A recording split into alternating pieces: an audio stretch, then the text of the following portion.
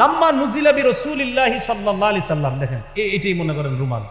নবীজির যখন মৃত্যু আসলো, মৃত্যু হবে হবে অবস্থা, ওই মুহূর্তে কানা ইয়াতরাহু খামিসাতান আলা ওয়াজহিহি, নবী তার চেহারার উপরে একটা কাপড় ফলাইছে। নবী ইন্তেকাল করবে করবে অবস্থা, ওই মুহূর্তে নিজের চেহারার উপরে একটা কাপড় রাখছে। এইভাবে কাপড় রাখার পর ফাইদা তাম্মা, যখন রসুলের প্রাণটা বের হবে হবে, নবীজি মুমূর্ষ অবস্থায় চেহারা কাপড় রাখছে। এবার যখন প্রাণ বের হবে হবে, কাশাফাহা আন ওয়াজহিহি, কাপড়টা চেহারা থেকে সরাইছে। আপনার মুমূর্ষ অবস্থা, কাপড়টা চেহারার উপরে দিছে। এবার হলো আপনার প্রাণটা যাবে যাবে, ওই মুহূর্তে চেহারা থেকে কাপড় সরাইছে। সরানোর পর নবীজি বলতেছে লানাতুল্লাহি আলাল ইয়াহুদি ওয়ান নাসারা, কাপড় সরায়, ওই ইহুদিদের উপর আল্লাহ লানত, খ্রিস্টানদের উপর আল্লাহ লানত। আরে নবী এই কথা কেন বলতেছে হঠাৎ? ইত্তাখাযু কুবুর আমবিয়াইহিম মাসাজিদা, এরা তাদের নবীদের কবরকে মসজিদ বানাইছে, তাই তাদের উপর আল্লাহর অভিশাপ। এটা বলছে এই যে মুমূর্ষ, মানে নবী প্রাণ যাবে যাবে, ওই মুহূর্তে এই কথা বলছে। নবী কি বুঝাইছে? বুঝাইছে শোনো উম্মত, এরা তাদের নবীদের কবর বানায়, কবর রেখে মসজিদ বানাইছে, তোমরা কিন্তু আমার কবর রে কেন্দ্র করে এগুলা বানাবা না। তাহলে কি শিখলাম ভাই? প্রাণ যাবে যাবে, ফাইদা তাম্মা কাশাফাহা আন ওয়াজহিহি, প্রাণ বের হবে হবে, ওই মুহূর্তে চেহারা থেকে কাপড়টা সরায়া কয় লানাতুল্লাহি আলাল ইয়াহুদ ওয়ান নাসারা ইত্তাখাযু কুবুর আমবিয়াইহিম মাসাজিদা, ইহুদিদের উপর আল্লাহ লানত, খ্রিস্টানদের উপর আল্লাহ লানত, তারা তাদের নবীদের কবরগুলাকে মসজিদ বানাইছে, সেজদার স্থান বানাইছে। ইউহাজ্জিরু মা সনাউ, মুমূর্ষ অবস্থায় প্রাণ যাবে যাবে মুহূর্তে নবী উম্মতকে সতর্ক করে গেলেন, ও উম্মত, তোমরা কিন্তু এরকম ভালো মানুষের কবরকে মসজিদ বানাও না, সেজদার স্থান বানাও। ইয়া আইয়ুহাল্লাযীনা আমানু আতিউল্লাহ وأطيعوا الرسول وقال تعالى من يطع الرسول فقد أطاع الله وقال رسول الله صلى الله عليه وسلم هلك المتنطعون هلك المتنطعون هلك المتنطعون قالها ثلاثا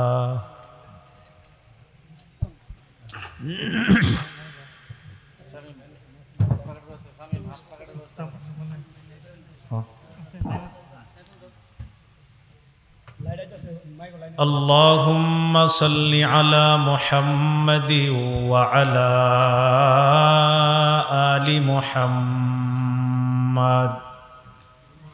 كما صليت على إبراهيم وعلى آل إبراهيم إنك حميد مجيد اللهم بارك على محمد وعلى آل محمد كما باركت على إبراهيم وعلى آل إبراهيم إنك حميد مجيد اللهم إني أعوذ بك من شر لساني وشر سمعي وشر بصري وشر مني ধানসার দক্ষিণপাড়া আঞ্জুমানে হেফাজতে ইসলাম ও যুবকবৃন্দের উদ্যোগে 17তম বার্ষিক ইসলামী মহাসম্মেলনের সম্মানিত সভাপতি পীরে কামেল আল্লামা মুফতি শামসুল হক সুফিজি সাহেব, শিক্ষা সচিব ও শেখুল হাদিস, জামিয়া ইসলামিয়া ইনুসিয়া ব্রাহ্মণবাড়িয়া, বিশেষ অতিথিবৃন্দ, আমন্ত্রিত হজরত উলামায়ে কেরাম, মুসলমান ভাইয়েরা, মাইকের আওয়াজ যদ্দূর যাচ্ছে বিভিন্ন ঘর বাড়ি বাসা বাড়ি বিভিন্ন স্থানে পর্দার আড়ালে অবস্থানরতা শ্রদ্ধা মা বোনেরা, আল্লাহ তাআলার দরবারে শুকরিয়া আদায় করছি, আল্লাহ আমাদেরকে এই মাহফিলে উপস্থিত হওয়ার তৌফিক দান করেছেন বলে আলহামদুলিল্লাহ।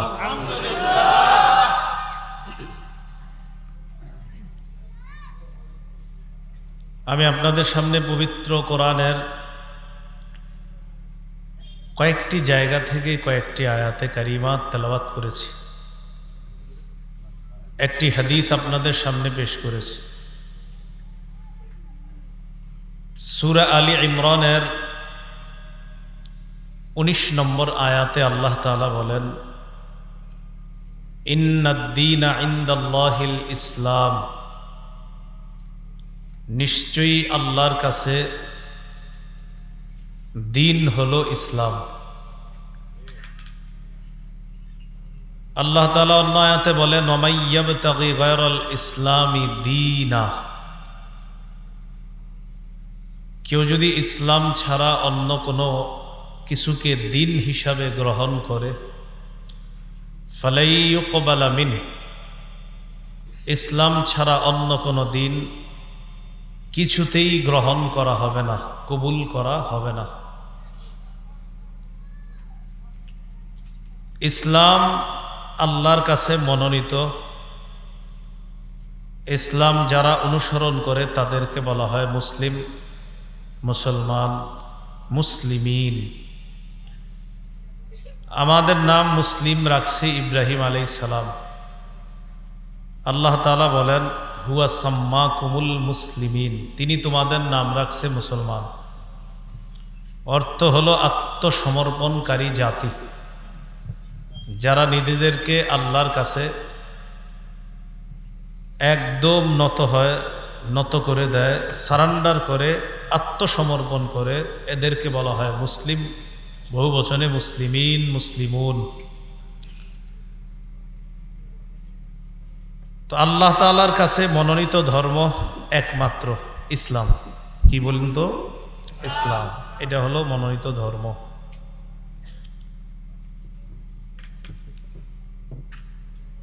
রাসূলুল্লাহ সাল্লাল্লাহু আলাইহি ওয়াসাল্লাম হাদিসের মধ্যে বলেছেন, ইসলাম এমন জিনিসকে বলা হয় নিজের বাহ্যিক অঙ্গ প্রত্যঙ্গগুলো যে আছে আমাদের, এই বাহ্যিক অঙ্গ প্রত্যঙ্গ এগুলো দিয়ে ইবাদত বন্দেগী করা, ইসলাম কায়েম করা, নামাজ পড়া, রোজা রাখা, হজ করা, যাকাত দেওয়া ইত্যাদি, এগুলো হলো ইসলাম। ইসলাম এটা পূর্ণাঙ্গ। সূরা মাঈদার 3 নম্বর আয়াতে আল্লাহ তাআলা বলেন, আল-ইয়াউমা আকমালতু লাকুম দীনাকুম, আজ আমি তোমাদের জন্য তোমাদের দ্বীনকে পূর্ণাঙ্গ করে দিলাম। ওয়া আতমামতু আলাইকুম নি'মাতি, তোমাদের উপর আমার নিয়ামতকে আমি পরিপূর্ণ করলাম। ওয়া রাদিতু লাকুমুল ইসলাম দীনা, ইসলামকে দিন হিসাবে তোমাদের জন্য আমি আল্লাহ মনোনীত করলাম। তাহলে এখানে ইসলামের একটা সৌন্দর্যতা ফুটে উঠেছে, সেটা হলো আল্লাহ ইসলামটাকে ধর্ম হিসাবে আমাদের জন্য মনোনীত করেছেন। এটা যারা পালন করবে আল্লাহ তাদের প্রতি খুশি হয়ে যাবে। ইসলামের একটা জীবন ব্যবস্থা আছে, পালন করার জন্য একটা কিতাব আছে, এই কিতাবের নাম কোরআন। কোরআনের মধ্যে এমন কিছু নাই যে আল্লাহ লিখে দেয় নাই। সূরা আনআমের 38 নম্বর আয়াতে আল্লাহ তাআলা বলেন, মা ফাররাতনা ফিল কিতাবি মিন শাই, আমি এই কিতাবের মধ্যে এমন কিছু নাই যা লিপিবদ্ধ করি নাই, সব লিপিবদ্ধ করে দিছি। সূরা নাহলের 89 নম্বর আয়াতে আল্লাহ তাআলা বলেন, ওয়ানাজ্জালনা আলাইকাল কিতাবা তিবয়ানাল লিকুল্লি শাই, সব জিনিসের ব্যাখ্যা করে স্পষ্ট বর্ণনা দিয়ে কোরআন আমি আপনার উপর নাজিল করছি। নবীকে বলতেছে। আব্দুল্লাহ ইবনে আব্বাস রাদিয়াল্লাহু তাআলা আনহুমা বলেন, লাউ দাআলি ইকালু বাঈর লাওয়াজাদতুহু ফি কিতাবিল্লাহ। আমার যদি ওটের রশিও হারায়া যায়, এই রশি খোঁজার সমাধান কি, এই রশি কিভাবে আমি খুঁজে পাবো, এটার সমাধানও কোরআনে তালাশ করে আমি খুঁজে বের করে নিই। এখন আসেন কোরআনের মধ্যে কিভাবে এটার ব্যাখ্যা। কোরআনের বাস্তব ব্যাখ্যার নাম হাদিস। সূরা হাশরের 7 নম্বর আয়াতে আল্লাহ তাআলা বলেন, মা আতাকুমুর রাসূলু ফাখুযুহ। রাসূল সাল্লাল্লাহু আলাইহি সাল্লাম তোমাদেরকে যা দেন তা গ্রহণ করো। ওয়া মা নাহাকুম আনহু ফান্তাহু। তিনি যা থেকে নিষেধ করেন তা থেকে বিরত থাকো। এই আয়াত থেকে বোঝা যায় কোরআনও মানতে হবে, হাদিসও মানতে হবে। নবী যা দেয় তা গ্রহণ করো, যা থেকে নিষেধ করে তা থেকে বিরত থাকো। এখান থেকে বোঝা যায় নবীর কথা মানা, এর মানিও কোরআন মানা। নবীর কথা মানা মানিও কোরআন মানা, কারণ কোরআনে আল্লাহ বলছে নবীর কথা মানতে হবে। সূরা নিসার 59 নম্বর আয়াতে আল্লাহ বলেন, ইয়া আইয়ুহাল্লাযীনা আমানু আতিউল্লাহ ওয়া আতিউর রাসূল। হে ঈমানদারগণ, তোমরা আল্লাহর আনুগত্য করো, রাসূল সাল্লাল্লাহু আলাইহি সাল্লামের আনুগত্য করো। তাহলে নবীর কথা মানা মানিও কোরআন মানা, কারণ কোরআনে আল্লাহ বলছে নবীর আনুগত্য করতে। তাহলে আল্লাহর কথা মানা এটাও জরুরি, নবীর কথা মানাও জরুরি। আর নবীর কথা মানা মানিও আল্লাহর কথা মানা, কারণ আল্লাহ বলছে আল্লাহকে মানো, নবীকেও মানো, এটা বলে দিয়েছে আল্লাহ তাআলা। সূরা নিসা আল্লাহ তাআলা বলেন, যে ব্যক্তি আল্লাহর আনুগত্য করবে এবং রাসূল সাল্লাল্লাহু আলাইহি সাল্লামের আনুগত্য করবে, এই ব্যক্তির ব্যাপারে আল্লাহ তাআলা বলেন এই ব্যক্তি সফল হবে, যেটা সূরা নূরের মধ্যে স্পষ্ট বলছে 51-52 নম্বর আয়াতে, ইন্নামা কানা কাউলাল মুমিনিনা ইযা দুউ ইলাল্লাহ ওয়া রাসূলিহি লিয়াহকুমা বাইনাহুম আন ইয়াকুলু সামি'না ওয়া আতা'না।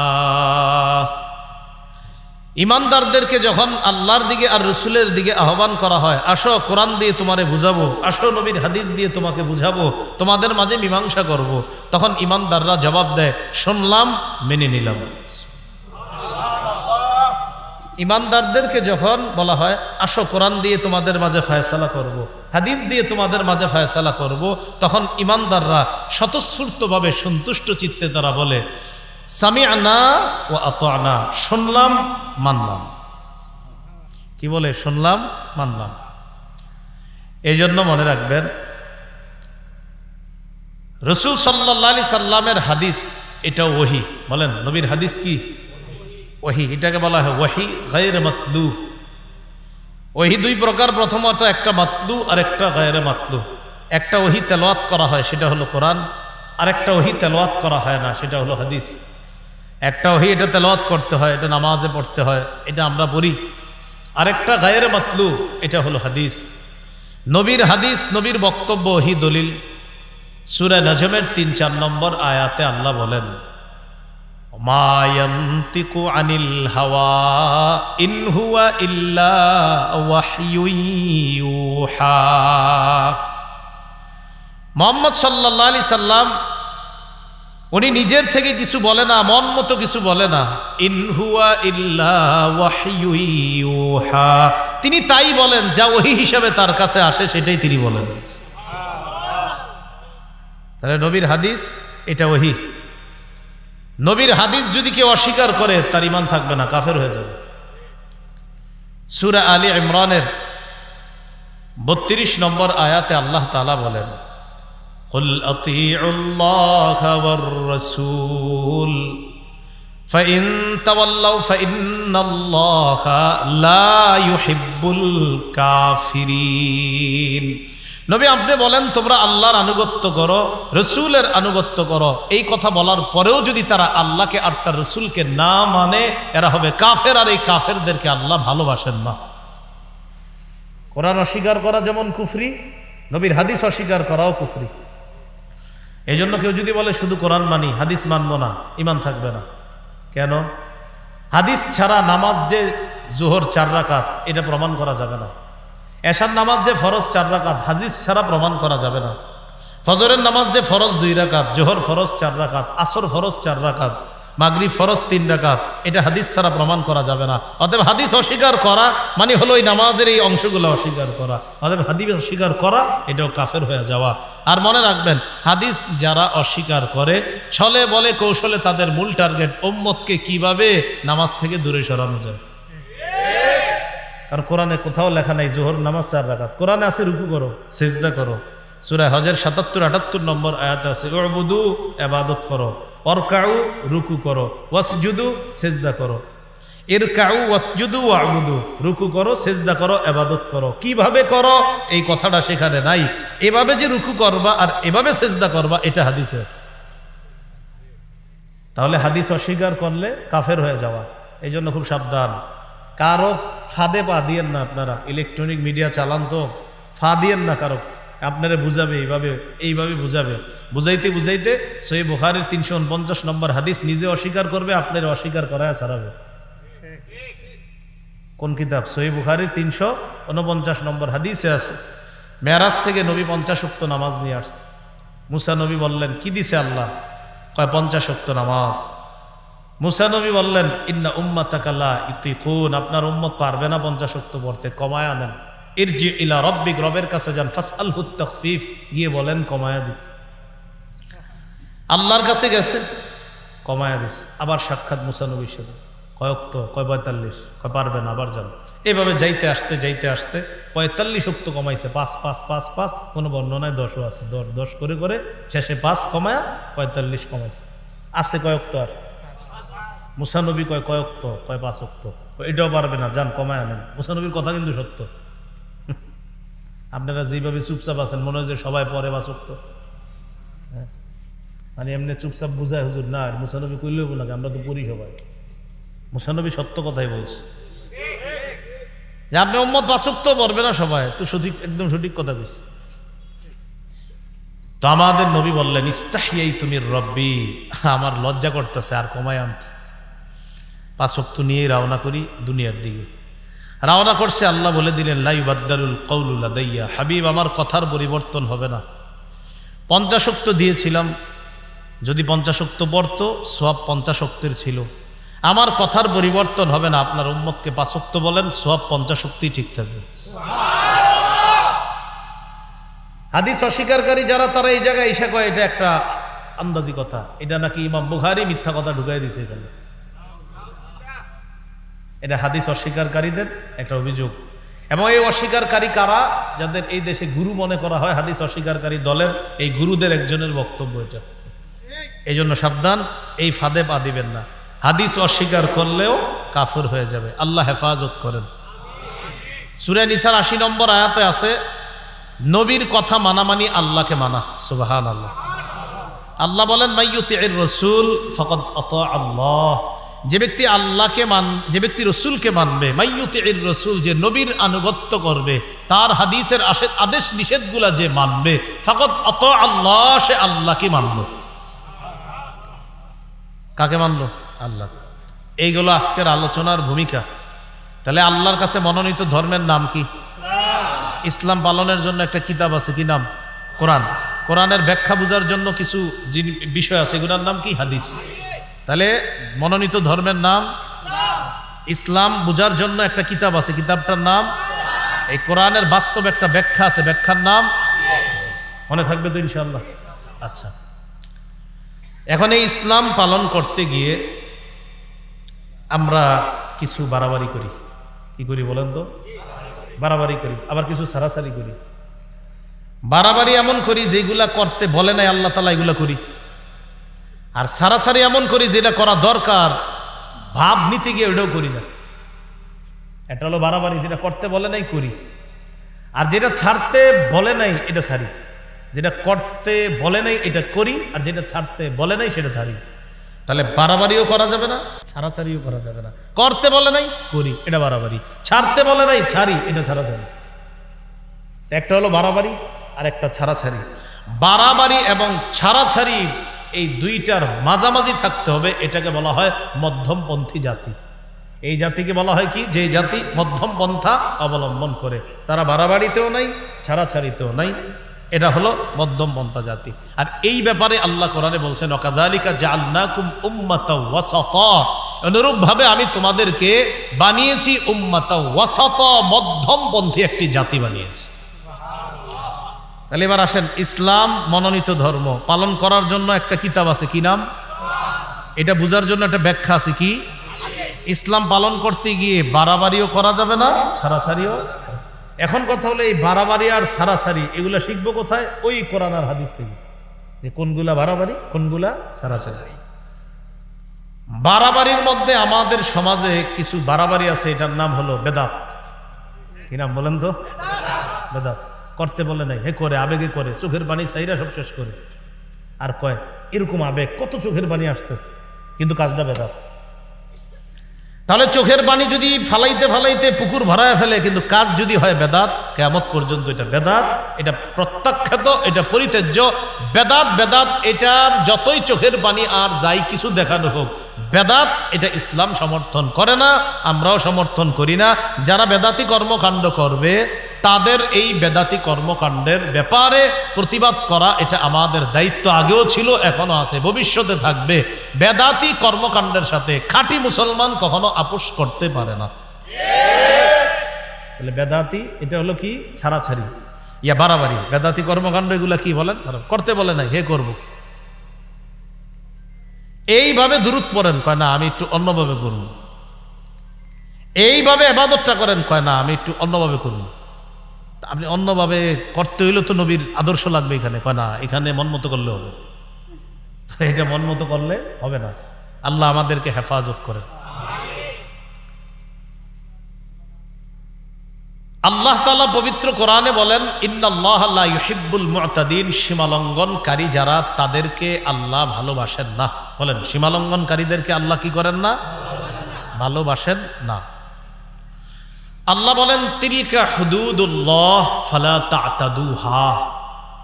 কোরআনের বিধি বিধান দেওয়ার পর আল্লাহ বলেন, এগুলা আল্লাহর সীমারেখা, আল্লাহর এই সীমানা অতিক্রম করবা না। বেদাত কি জিনিস এটা বুঝার আগে প্রথমে একটা হাদিস শুনি, এরপর বেদাতে যাই। আবু দাউদের বর্ণনা 4608 নম্বর হাদিস। এই হাদিসে আছে, রাসূল সাল্লাল্লাহু আলাইহি সাল্লাম বলেন, হালাকাল মুতানাত্তিউন, হালাকাল মুতানাত্তিউন, হালাকাল মুতানাত্তিউন। সীমালঙ্ঘনকারীরা ধ্বংস হোক, বাড়াবাড়িকারীরা ধ্বংস হোক, সীমালঙ্ঘনকারীরা ধ্বংস হোক। এটা রাসূল সাল্লাল্লাহু আলাইহি সাল্লামের হাদিস।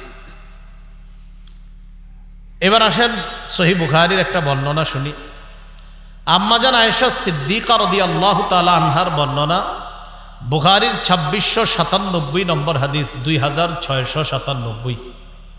এই হাদিসে আছে, ক্বালা রাসূলুল্লাহি সাল্লাল্লাহু আলাইহি ওয়াসাল্লাম, মান আহদাসা ফি আমরিনা হাযা মা লাইসা ফিহি ফাহুয়া রাদ্দুন।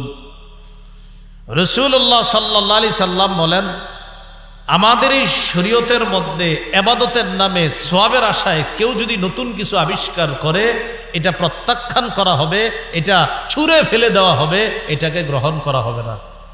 বলেন আমার সাথে সবাই, বলেন আমাদের, বলেন আমাদের ইসলামী শরীয়তে কেউ যদি ইবাদতের নামে সওয়াবের আশায় নতুন কিছু আবিষ্কার করে, এটাই বেদাত, এটা পরিত্যাজ্য। এটা কি বলেন তো? তাহলে এই সংজ্ঞাটা সবাই মুখস্থ রাখতে পারবেন না? শরীয়তের মধ্যে ইবাদতের নামে সওয়াবের আশায় কেউ যদি নতুন কিছু আবিষ্কার করে, এটা বেদাত, বেদাত পরিত্যাজ্য। বেদাত কি? পরিত্যাজ্য। এই এলাকারও এমন মানুষ আছে যারা এরকম কাজ করে, যে গত 40-50 বছর করতেছে। এই মসজিদের ইমাম বা এলাকার আলেমদের চোখে ধরা পড়ছে কাজটা বেদাতি। আপনাদের কোনো মুরব্বীকে যদি ওই আলেম বলে কাকা এই কাজটা কিন্তু বেদাত, তখন আপনাকে বলার পর আপনি প্রথমে রাগ না হয়ে বলবেন হুজুর আমার একটু বুঝাই দেন, আসলে এটা যে বেদাত আপনি যদি বুঝাই দেন আমি এটা করব না, এই মানসিকতা রাখবেন। এটা রাখবেন না যে আমার দাদা তো 50 বছর এটা করছে তাই আমি করি। ভাই আল্লাহর হস্তে এই মানসিকতা রাখেন না, বরং আপনার দাদা যদি বেদাতি কর্মকাণ্ড করে থাকে, আপনার পূর্বপুরুষ 14 গোষ্ঠীও যদি বেদাতি করে থাকে, বেদাত এটা 14 গোষ্ঠী না 28 গোষ্ঠীও যদি করে বেদাত বেদাত। কয় গোষ্ঠী? বেদাত যেই করে, আমার আব্বা করলো বেদাত, আমার দাদা করলো বেদাত, আমার 14 গোষ্ঠী করলো বেদাত। কোন আলেম যদি নতুন করে বলে চাচা আপনি এই কাজটা যে করতেছেন এটা বেদাত, এটা করেন না, এটা করলে এটা ইসলামী শরীয়তের মধ্যে এই কাজটা নাই, আপনি যদি করেন এটার নাম হবে পথভ্রষ্টতা। আবু দাউদ নাসাইর বর্ণনা আসছে এই পথভ্রষ্টতার ঠিকানা জাহান্নাম। কাকা আমি তো চাই আপনি এই কাজটা জেনে শুনে এটা করেন না। আপনারা যারা আছেন এই মানসিকতা রাখেন যে কোনো আলেম যদি আমার ওই বেদাতি ভুলটা ধরায়া দেয়, আমি ওই বেদাত কাজ পরিহার করে আমি সঠিকটা পালন করব ইনশাআল্লাহ। এই মানসিকতা কি সবাই রাখেন? এখন তো ইনশাআল্লাহ কালকেই তো বলবেন হুজুরে আপনার চাকরি শেষ। হ্যাঁ, খতিব সাহেব বেদাত নিয়ে আলোচনা করছে, বিকালবেলা কয় আপনি চলে যান। কি হইল? এই মানসিকতা রাখেন না। এবার আমি মূল আলোচনায় ঢুকি, খুব মন দিয়ে শুনেন। বেদাতের ভয়াবহতা।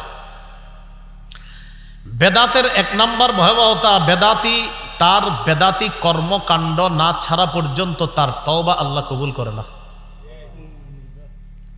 এই ভয়াবহতাটা মনে রাখবেন। বেদাতি যেই ব্যক্তি বেদাতি কর্মকাণ্ড করে সে তার বেদাতি কাজটাকে না ছাড়া পর্যন্ত তার তওবা আল্লাহ কবুল করবেন না। কমায় দেন ভাই, ওই মাইক আওয়াজ করে। আপনি এই টাইমে যদি বাড়ায় রাখেন মানুষ কইব যে বুঝি না। হ্যাঁ, বেদাতি এটা বুঝতে হবে, যেই জায়গাটা না বুঝবেন বলবেন আবার বলার জন্য।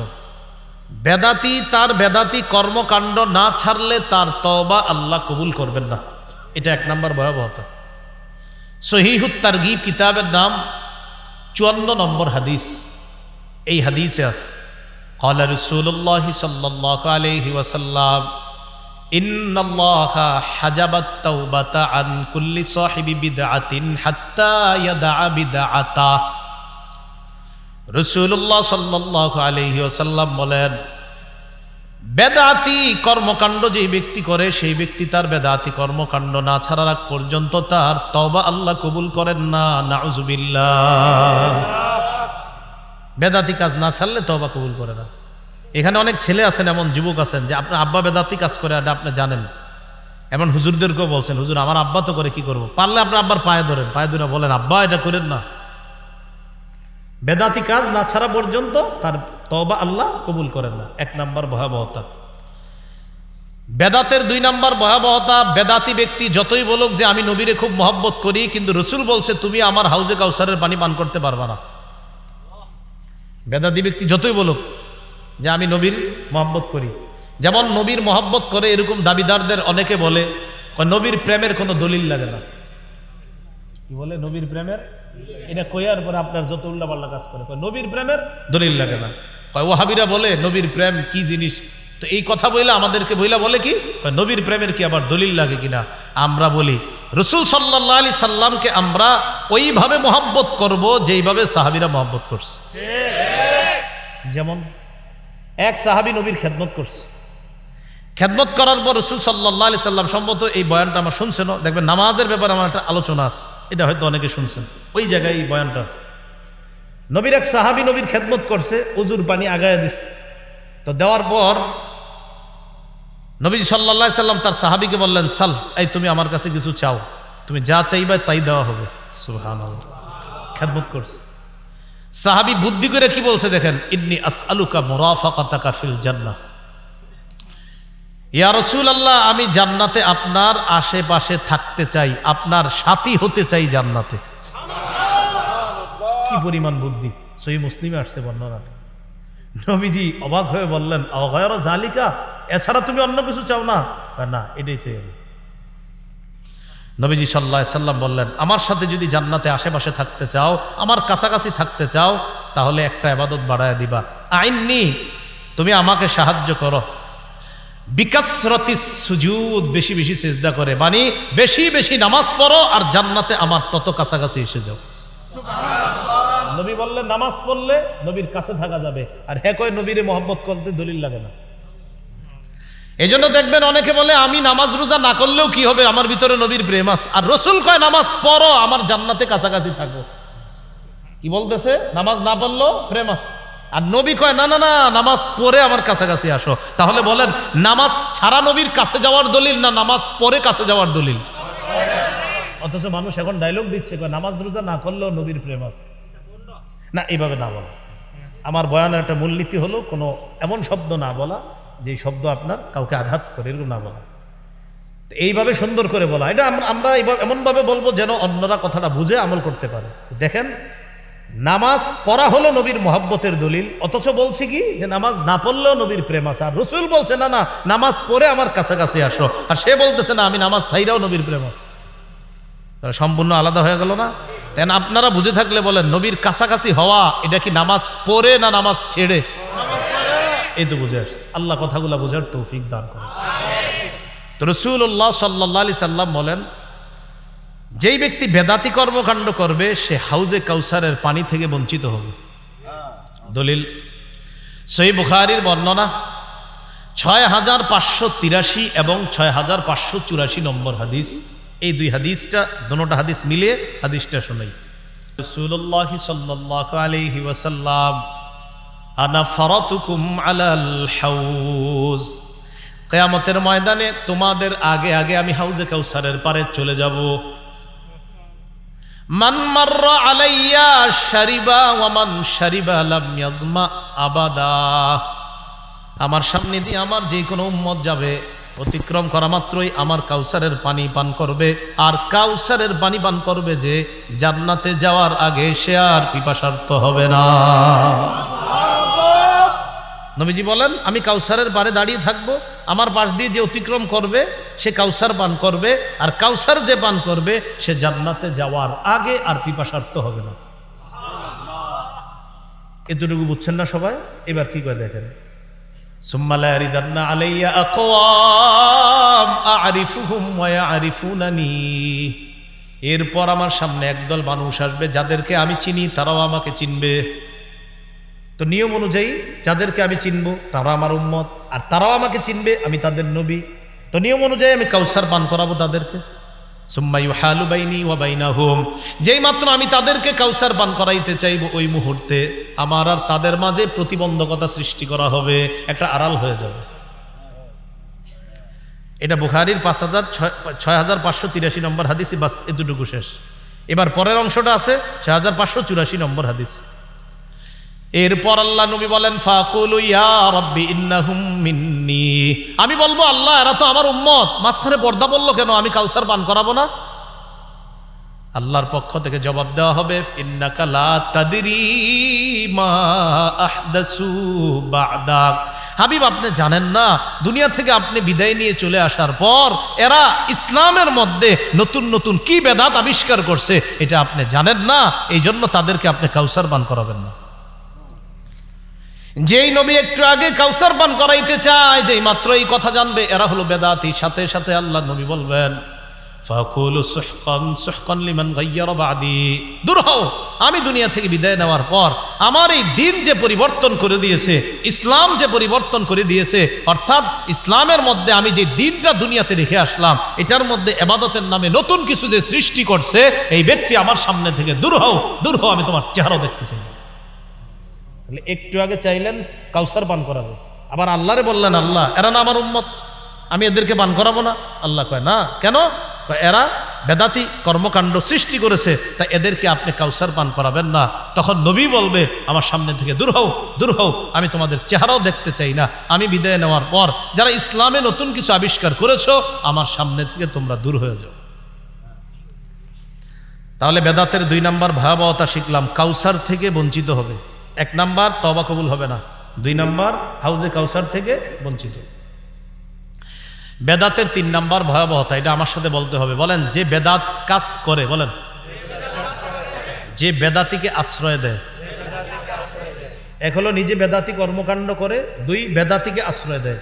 যেমন আপনি আপনার এলাকার 1 ঘন্টা জমিন দিয়ে দিলেন, হজরত আপনি একটা খানকা করেন আর বেদাত সাপ্লাই করেন, বসেন।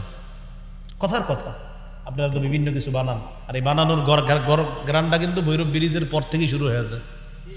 কথার কথা, এখন আপনি একটা জিনিস বানাইলেন, একটা জিনিস বানানোর জন্য কাউরে বললেন যে এইখানে আপনারা জায়গা দিয়ে দিলাম, আপনি সাপ্লাই যা দেওয়ার এখান থেকে দেন। এক নিজে বেদাতগিরি করলেন, দুই বেদাত সাপ্লাই দেওয়ার জন্য কাউরে সুযোগ করে দিলেন। উভয়ের উপর আল্লাহর অভিশাপ, ফেরেশতাদের অভিশাপ, দুনিয়ার সব মুসলমানদের অভিশাপ।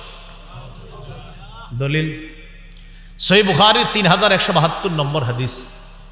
এই হাদিসের মধ্যে আছে ক্বালা রাসূলুল্লাহ সাল্লাল্লাহু আলাইহি ওয়াসাল্লাম মান আহদাসা ফিহা হাদাসান আও আওয়া মুহদিসা ফাআলাইহি লা'নাতুল্লাহ ওয়াল মালাইকা ওয়ান নাসি আজমাইন।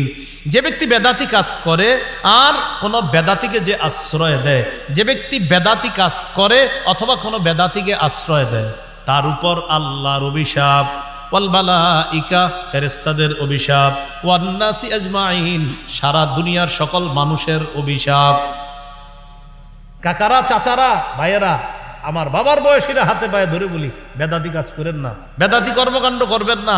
ওলামায়ে কেরাম কিন্তু আপনাদেরকে পার্সোনালিও বুঝায় যে এই কাজটা বেদাতি। আপনারা কিন্তু জবাব দেন এইভাবে, হুজুর সব বুঝি, আমার দাদাই কি কাজটা খারাপ করে গেছে, সর্বশেষ এইটা কইয়া কাইটা পড়েন, এটা কইয়া কাইটা পড়ে শেষ মেশ। আব্বা কি ভুল করে গেছে, এটা কইয়া কাটে।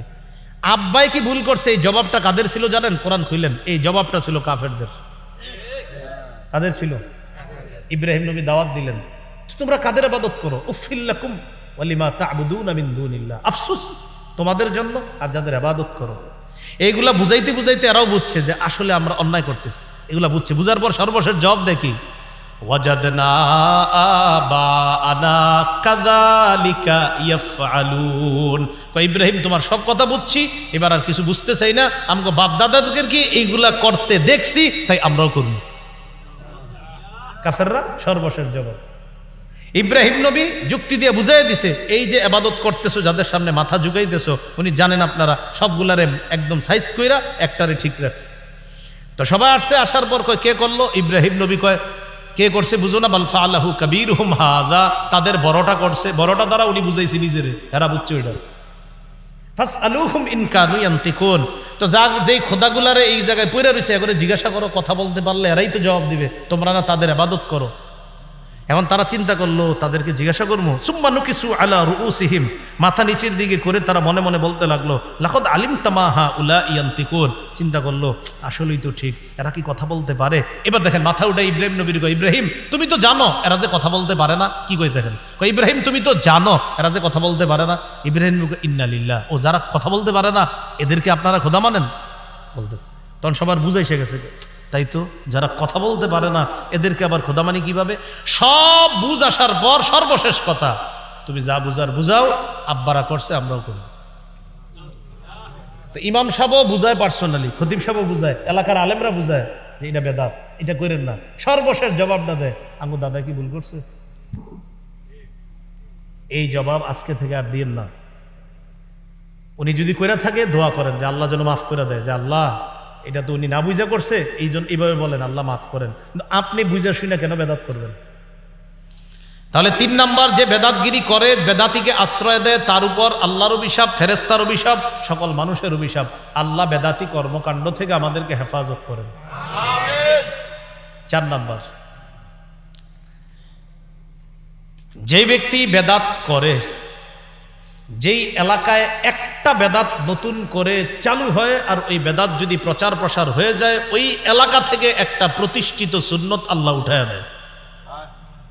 বেদাতের 4 নাম্বার সবচেয়ে ভয়ঙ্কর ভয়াবহতা, কোন এলাকায় যদি একটা বেদাত প্রতিষ্ঠিত হয়, ওই এলাকা থেকে একটা সুন্নত আল্লাহ উঠায় নেয়।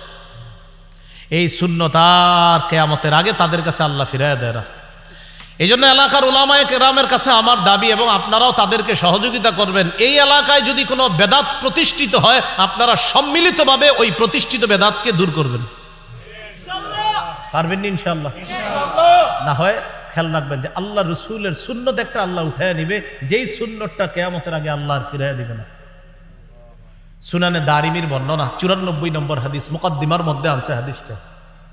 قال رسول الله صلى الله عليه وسلم ما ابتدع قوم في دينهم بدعة إلا نزع الله من سنتهم سنة ثم لا يعيدها إليهم إلى يوم القيامة।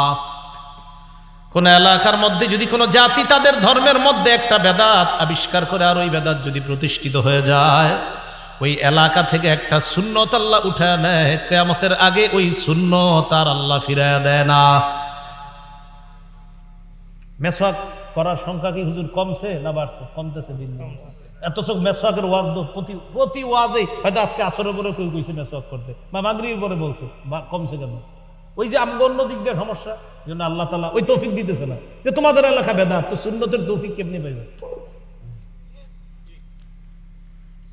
এটা হলো 4 নাম্বার ভয়াবহতা। একটা বেদাত হবে, একটা সুন্নত আল্লাহ উঠাই নেবে। আরেকটা হাদিস শুনেন, ইবনে মাজার 2865 নম্বর হাদিস, 2865। قال رسول الله صلى الله عليه وسلم إنه سيلي أمركم من بعد رجال يطفئون السنة। নবীজি বলেন আমার পর তোমাদের ধর্মীয় নেতা হবে এমন এমন মানুষ, যেই মানুষগুলা সুন্নতরে মিটায়া দিবে, নিভায়া দিবে। তোমাদের ধর্মীয় নেতা হবে এমন এমন মানুষ, তোমাদের ধর্মীয় নেতা। হ্যাঁ, আমাদের দেশেও দেখা যায় অনেকে তাদের ধর্মীয় নেতা মনে করে অমুকরে, হ্যাঁ, আলেমদেরকে বাদ দিয়া, এই ব্রাহ্মণবাড়িয়া কত বড় বড় মাদ্রাসা, এগুলা বাদ দিয়া হ্যাঁ কি করে এমন এক ব্যক্তিকে মনে করে হের জন্য দলিল, কয় না সে যেটা বলবে এটাই, হ্যাঁ না চাইলেও এটাই সঠিক। কথার কথা আর কি, না চাইলে সঠিক, যা বলে এটাই সঠিক। অথচ কত বড় বড় মাদ্রাসা আছে না আশেপাশে, এই মাদ্রাসা থাকার পরে মাদ্রাসার ওলামা একরাম বুঝাই দিতেছে এটা কিন্তু বেদাত, না আমগো হুজুরে করছে, আপনি কইলে হইব এটা? নবীজি বলেন আমার পরে তোমাদের ধর্মীয় নেতা এমন কিছু মানুষ হবে, মানে ধর্মের নেতৃত্ব। ধর্মের নেতৃত্ব বলতে দেখবেন আমাদের দেশের নিয়ম হলো বিভিন্ন মানুষের অনুসারী থাকে, তো অনুসারীদের প্রধান যে হে যেটা করবে অনুসারীরা এটা করে। তো এই অনুসারীদের প্রধান কি করবে? তারা ইউতফিউনাস সুন্নাহ, সুন্নতকে নিভাইয়া দিবে। সুন্নতকে কি করবে? একদম। 2 ওয়াইহদিসুনা বিদআ, বেদাত আবিষ্কার করবে, বেদাতি কর্মকাণ্ড করবে, আর জোরে জোরে গলা আওয়াজ দিয়ে বলবে ওয়াহাবিদেরকে পারলে বললেন আমার এই চ্যালেঞ্জ গ্রহণ করতে, এরকম বলবে। আল্লাহ হেফাজত করেন, আমি কারো নাম বলছি। এরপরে দেখবেন আবার এই বয়ান নিয়ে ভিডিও বানাবে যে হ্যাঁ আম করে কইছে, তো আপনারা করলে তো আমনে করে কইছি। আমার বক্তব্যের একটা মূলনীতি হলো এরকম, আমি কাউরে বলবো না, কিন্তু কেউ যদি গায়ের উপরে নেয় তখন আমি বলি ও আচ্ছা আমি তো এই ওয়াজ করছি, আপনি কি বেদাত করেন? যদি বলেন হ্যাঁ, তো ওয়াজ তো আপনারই করছি। যদি বলেন না, তো ওয়াজ তো আপনার জন্য না। আজকের এই বেদাতি ওয়াজটা আপনার, এই বেদাতি কথা, এই যে বেদাত কাজ যারা করে, এরা যদি বলে হুজুরে আমগরে কইতেছে, তো বলবেন তাহলে আপনি বেদাত করেন? যদি কয় হ্যাঁ, তাহলে ভাই এটা ছেড়ে দেন। যদি বলেন না, তো ওয়াজ তো আপনার জন্য না, আপনি টেনশন করেন না, ভবিষ্যতে বেদাতি করেন না, যারা করে এদেরকে আমরা ফিরাইতে হবে, শেষ। সহজ বিষয়। রাসূলুল্লাহ সাল্লাল্লাহু আলাইহি সাল্লাম বলেন তোমাদের নেতৃত্ব দিবে এমন মানুষরা ইউতফিউনাস সুন্নাহ, সুন্নতকে মিটায় দিবে, ওয়া ইহদিসুনা বিদআ, বেদাতি কর্মকাণ্ড চালু করবে, ওয়া ইউআখিরুনাস সালাতা আন মাওয়াকিতিহা, নির্ধারিত সময়ে নামাজ পড়বে না, কোনো মতে গিয়ে শেষ টাইমে একটা ঠোকর মারবে। আল্লাহু আকবার। কোনো মতে এরকম। আব্দুল্লাহ ইবনে মাসউদ রাদিয়াল্লাহু তাআলা আনহু বললেন কাইফা বি ইন আদরাকতুহুম, হুজুর এই জাতীয় লোক যদি আমি পাই আমি কি করব? এখন আমরা বলেন যে আমরা যদি এই জাতীয় লোক পাই কি করব? বলেন সবাই, বলেন সবাই, আমরা যদি, বলেন আমরা যদি এই জাতীয় মানুষ পাই কি করণীয়? নবীর সাহাবী বলছে আমি যদি এই জাতীয় মানুষ পাই তো কি করব? এখন আমাদের কথা হলো আমরা যদি এই জাতীয় কোনো মানুষ পাই যে সুন্নত মিটায়া দেয় আর বেদাত আবিষ্কার করে, আমাদের কি করণীয়? বলেন আমার সাথে সবাই, যে ওই ব্যক্তির কথা কোনো অবস্থাতেই অনুসরণ করা যাবে না যে আল্লাহর নাফরমানি করে। নবীজি বলে দিলেন লাইসা তাআতুল লিমান আসাল্লাহ, বেদাতি কর্মকাণ্ড করা মানে আল্লাহর নাফরমানি করা, আর যে আল্লাহর নাফরমানি করে তার কথা কোনোভাবেই মানা যাবে না। তাহলে এবার আপনাদেরকে আমি প্রশ্ন করি, আপনারা জবাব দিবেন, কোন বেদাতি যেই ব্যক্তি সুন্নতকে মিটায়, বেদাত আবিষ্কার করে, নির্দিষ্ট সময়ে নামাজ পড়ে না, কোনো মতে শেষ টাইমে গিয়া পড়ে, এর মধ্যে প্রথম দুইটা গুরুত্বপূর্ণ, বেদাতি কাজ চালু করে আর হলো সুন্নত মিটায় দেয়, এই ব্যক্তি যদি কখনো পেয়ে যান আপনারা কি করবেন? মাশাআল্লাহ, কি করবেন? অনুসরণ। কারণ বেদাতি যে করবে লাইসা তাআতুল লিমান আসাল্লাহ, সে আল্লাহ নাফরমান, আল্লাহ নাফরমানের অনুসরণ করা যাবে না। আল্লাহ কথাগুলো বুঝার তৌফিক দান করুন। এখন আমার এই কথা যদি আপনাদের এই মসজিদের ইমাম সাহেব বয়ানে বুঝাইয়া দেয় তাহলে কি মানবেন ইনশাআল্লাহ? হ্যাঁ, এই কথাটা গুরুত্বপূর্ণ। আমি তো বছরে একদিন আসছি, উনি প্রতি জুমায় বলবে, তো উনি যখন এই কথাগুলো বুঝাবে তখন এই মানসিকতা রাখবেন, হুজুর আপনি বেদাত আমগরে বুঝাইয়া দেন, আমরা বেদাতি কর্মকাণ্ড ছেড়ে দিব ইনশাআল্লাহ। বেদাতের 5 নাম্বার ভয়াবহতা, বেদাতির ঠিকানা জাহান্নাম। বেদাতির ঠিকানা কি? জাহান্নাম। আবু দাউদের বর্ণনা 4607 নম্বর হাদিসে আসছে, রাসূল সাল্লাল্লাহু আলাইহি সাল্লাম বলেন, মাইয়াইশ বাদি মিনকুম ফাসায়ারা ইখতিলাফান কাসীরা, আমার পরে যারা দুনিয়ার মধ্যে থাকবা তোমরা প্রচুর মতভেদ দেখবা, ইখতিলাফ দেখবা। বলেন তো ইখতিলাফ দেখবো না দেখতেছি? তখন তোমরা কি করবা? ফাআলাইকুম বিসুন্নতি ওয়া সুন্নাতিল খুলাফাইর রাশিদিন আল মাহদিয়িন, তখন তোমরা আমার সুন্নাত আঁকড়ে ধরবা আর আমার হেদায়েত প্রাপ্ত খোলাফায়ে রাশেদার সুন্নাত আঁকড়ে ধরবা। বলেন তো আবু বকর, ওমর, ওসমান, আলী তারা খোলাফায়ে রাশেদা কিনা? হ্যাঁ, কয়জনের নাম বললাম? আবু বকর, ওমর, ওসমান, আলী তারা খোলাফায়ে রাশেদা কিনা? একটু বুঝে শুনে জি বললেন। তাহলে নবীর সুন্নত মানতে হবে, খোলাফায়ে রাশেদার সুন্নত। বলেন কার সুন্নত? নবীর সুন্নত। এবার প্রশ্ন আসে, কয়দিন পর পর ঝগড়ার সৃষ্টি কয়, আমরা করব না। কি সৃষ্টি হয়? জুমার আজান একটা না দুইটা? জুমার আজান একটা না দুইটা? তাহলে আমরা তো মূলনীতি পাইছি কি? নবী বলছে আমার পরে যারা দুনিয়াতে থাকবা প্রচুর মতভেদ দেখবা। এখন আমগো মতভেদ হয়ে গেছে কি? জুমার আজান একটা না দুইটা? মতভেদ হইল কিনা? এবার নবী বলছে মতভেদের সলিউশন কি? তখন তোমরা আমার সুন্নত আঁকড়ে ধরবা আর আমার খোলাফায়ে রাশেদার সুন্নত আঁকড়ে ধরবা। মনে করেন আমরা বিপদে পড়ে গেছি, আমগো মধ্যে একটা মতভেদ শুরু হয়েছে কি? জুমার আজান একটা না দুইটা? তাহলে পাইলাম মতভেদ। এবার নবীজি সমাধান দিছি কি? তখন আমার সুন্নত ধরবা। এবার নবীর সুন্নতে খুঁজা জুমার আজান পাইছি একটা। বলেন কয়টা? তাহলে একটা পাইয়া গেছি, আরেকটু অংশ বাকি আছে, খোলাফায়ে রাশেদার সুন্নত। খোলাফায়ে রাশেদার 4 জনের একজন হযরত ওসমান। ওসমান গনির সুন্নত হলো জুমার দ্বিতীয় আজান। তাহলে জুমার দ্বিতীয় আজান মানিও নবীর কথা মানা, কারণ নবী বলছে আমার সুন্নত মানো, খোলাফায়ে রাশেদার সুন্নত মানো।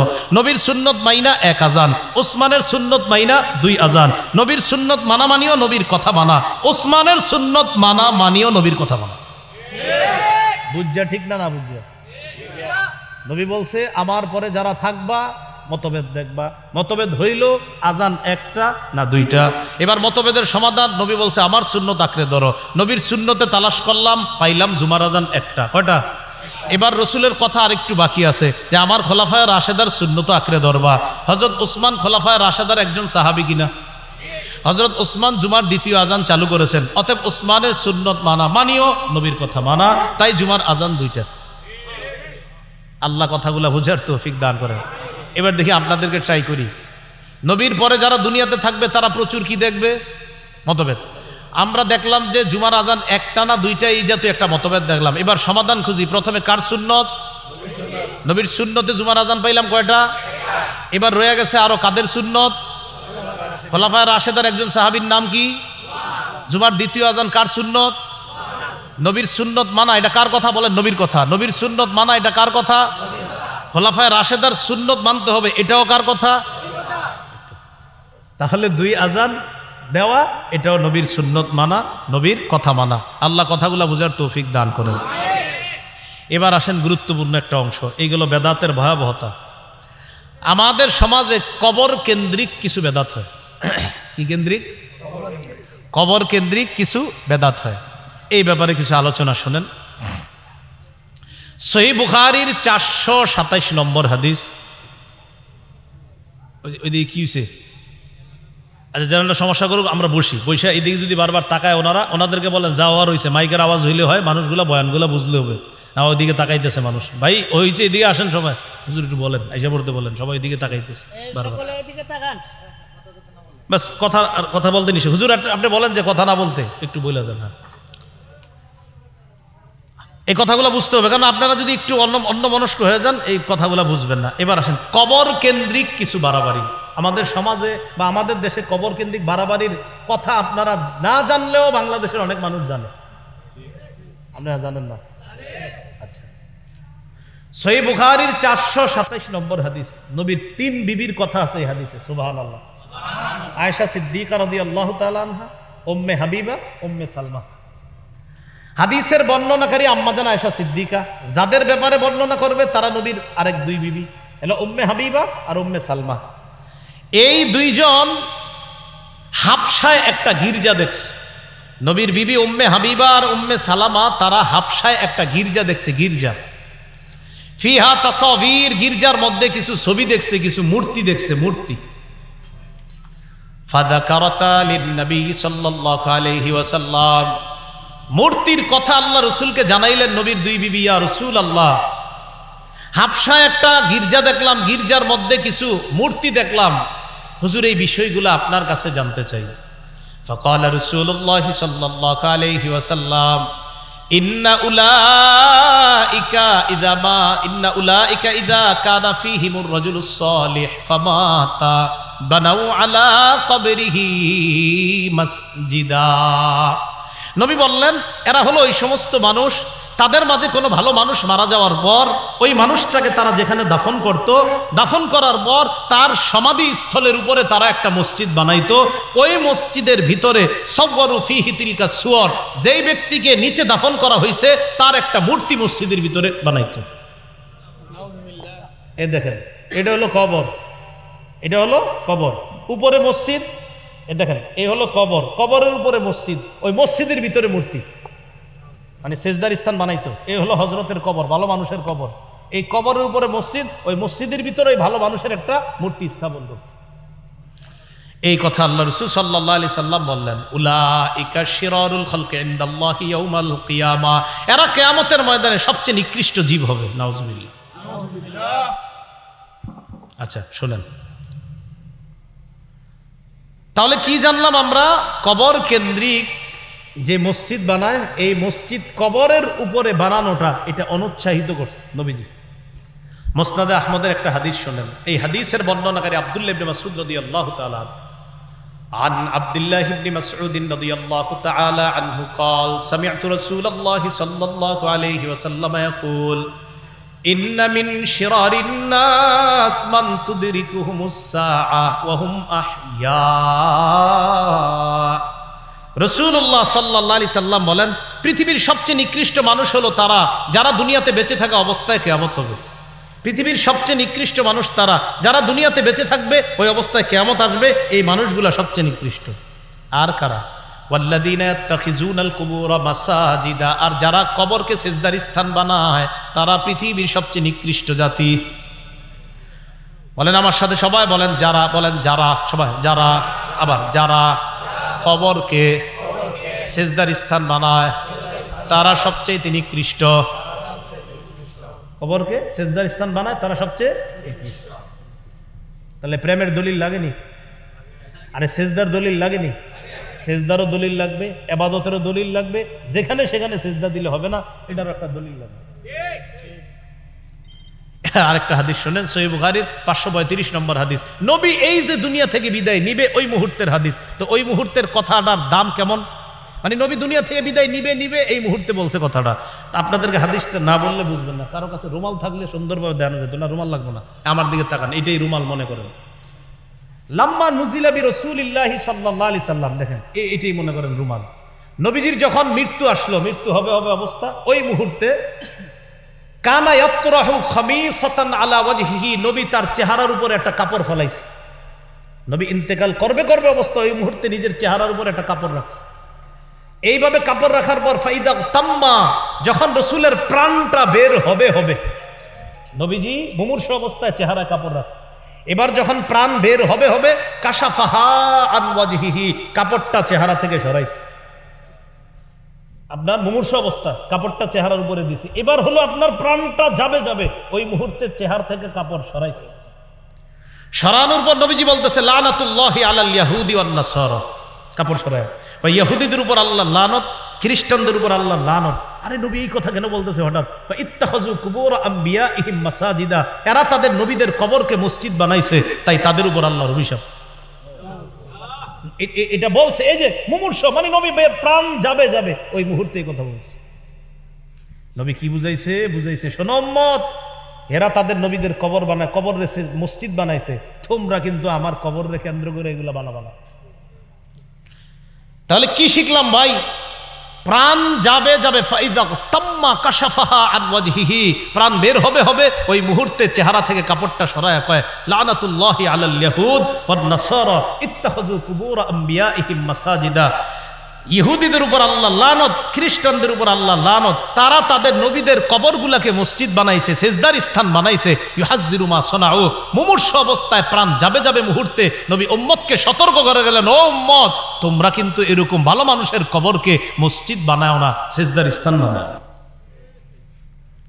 এবার আরেকটা হাদিস শুনেন, সহিহ মুসলিমের 1075 নম্বর হাদিস। এটা হলো মোবাইল অনুযায়ী, আর কিতাব অনুযায়ী হলো 532 নম্বর হাদিস। মোবাইল মানে অনেকে আবার মোবাইলে হাদিসের অ্যাপস রাখে, এটা আবার দেহে মিলায় মিলছিনি, ওই অনুযায়ী 1075 নম্বর হাদিস। এটা না মিললেও কিছু হইতো না, আমার এমনি আপনার করে ফাও বললাম, তারপরে মিলাই নিয়েন, মানে মিলায় আবার যে মিলে কিনা। এটা কিন্তু ইন্টারন্যাশনাল ভাবে ফলো করা হয় না। আপনারা মুসলিমের যে নাম্বারটা দেখেন এটা কিন্তু আন্তর্জাতিক নাম্বার না, আন্তর্জাতিক এই যেটা 532 এটা আন্তর্জাতিক। এরপরও বলে দিলাম 1075, এটা হলো পকেটের উস্তাদ অনুযায়ী। এই হাদিসের মধ্যে আছে রাসূল সাল্লাল্লাহু আলাইহি সাল্লাম ইন্তেকালের 5 দিন আগে, কয়দিন আগে?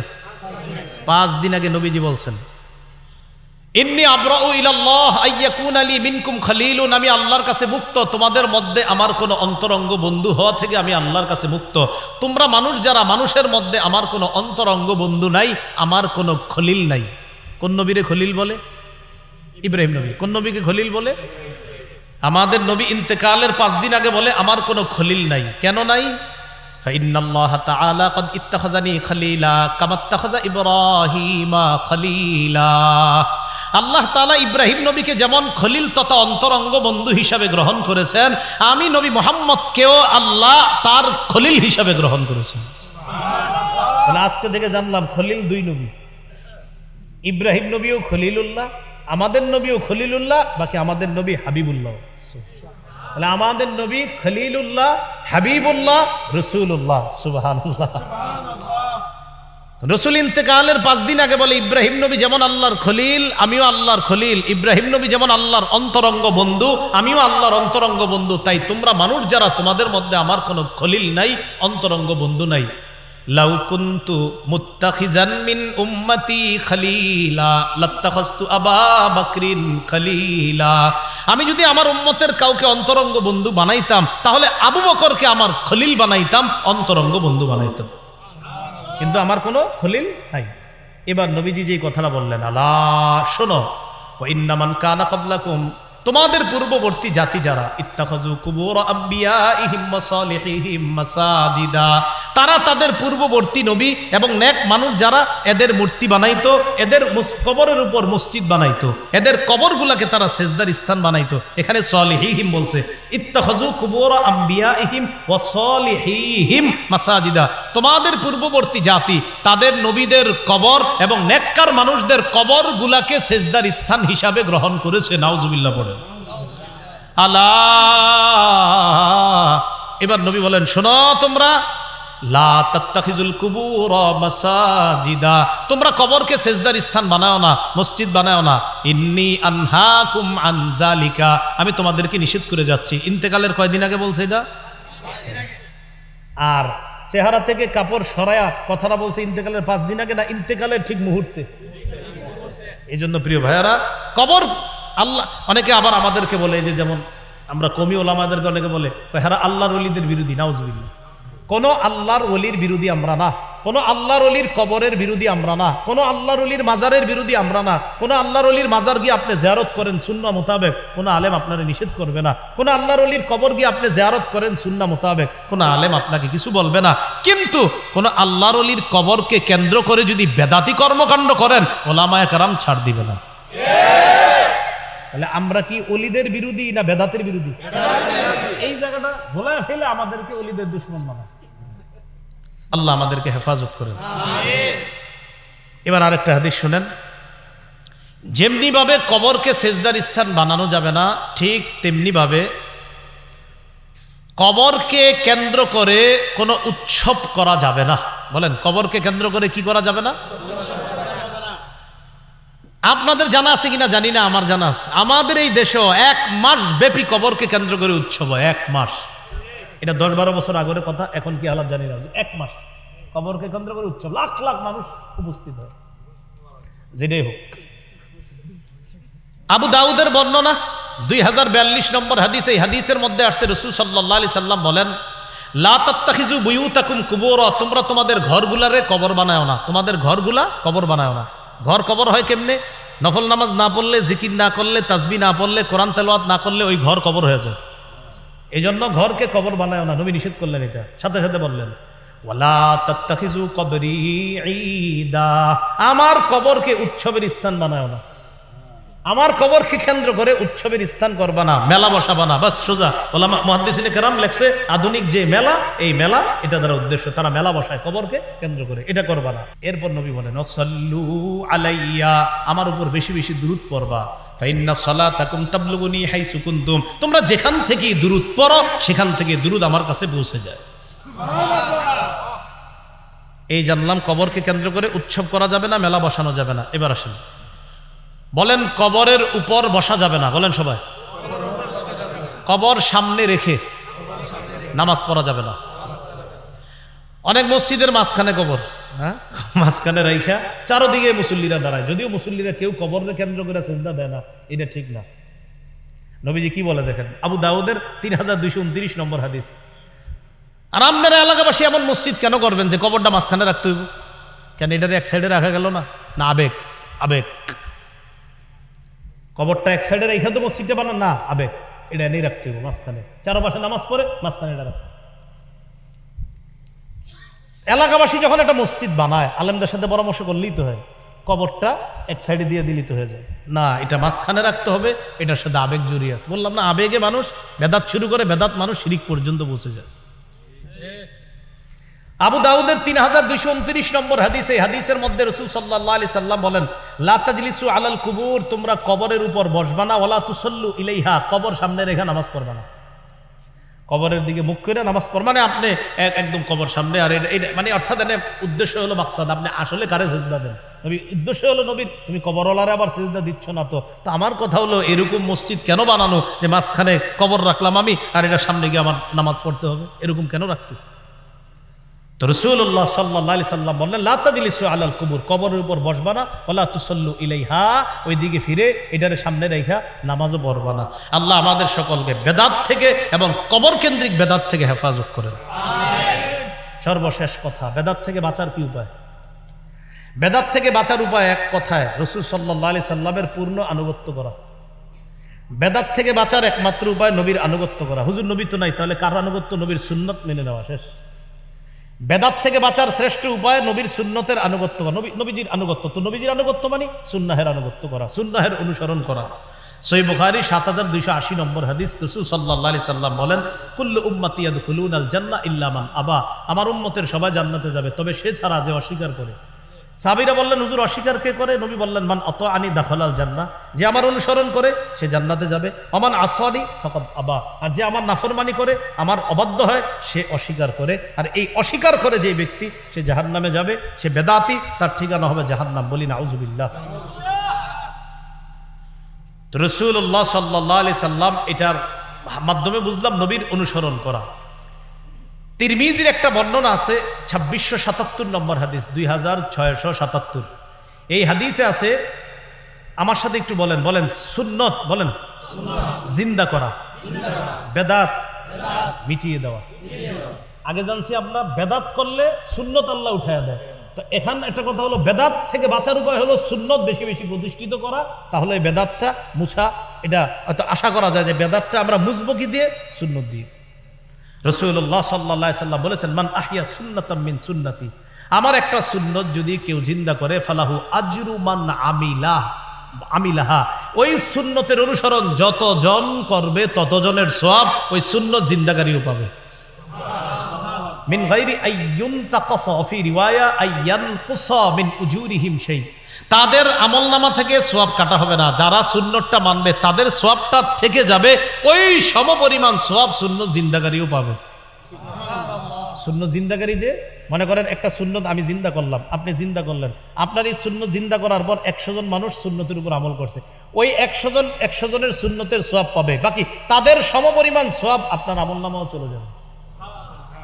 তাহলে দুইটা উপায় বললাম, 1 নাম্বার নবীর পূর্ণ আনুগত্য করা, 2 সুন্নতকে জিন্দা করা, বেদাত মিটাইয়া দেওয়া। খুব মন দিয়ে শুনেন, মনোনীত ধর্ম ইসলাম পালনের একটা কিতাব আছে, কোরআনের একটা ব্যাখ্যা আছে, হাদিস বা সুন্নাহ।